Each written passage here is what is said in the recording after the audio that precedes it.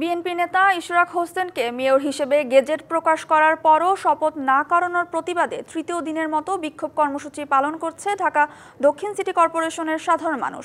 আর এই বিক্ষোভ কর্মসূচিতে যোগ দিয়েছে বিএনপির বিভিন্ন অঙ্গ সংগঠনগুলোর নেতাকর্মীরা। বিএনপি নেতা ইশরাক হোসেনকে মেয়র হিসেবে পেতে গত বৃহস্পতিবার গণ অবস্থান কর্মসূচিও পালন করা হয়।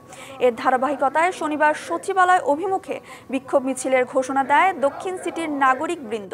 ফলে সকাল থেকে নগর ভবনের সামনে জড়ো হয়ে বিক্ষোভ পালন করেছেন তারা। প্রস্তুতি নিচ্ছেন সচিবালয় অভিমুখে যাওয়ার। এদিকে শক্ত অবস্থানে আছে আইন শৃঙ্খলা বাহিনী। আমরা আপাতত এটুকের ভিতরে আছি, এরপরে পরিস্থিতি বলে দেবে আমরা কোন দিকে যাব।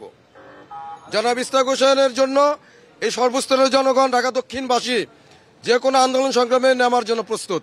এই আন্দোলন, এই দাবি অবিলম্বে যাতে না মানলে এই সরকারের বিরুদ্ধে আমরা কঠোর থেকে কঠোরতর আন্দোলনে যাব। নগদ পেমেন্টে 500 টাকা পর্যন্ত ক্যাশব্যাক আর লেনদেনে প্রতিদিন ডিপ ফ্রিজ এবং ঘন্টায় ঘন্টায় এসি টিভি সহ দারুণ সব গিফট।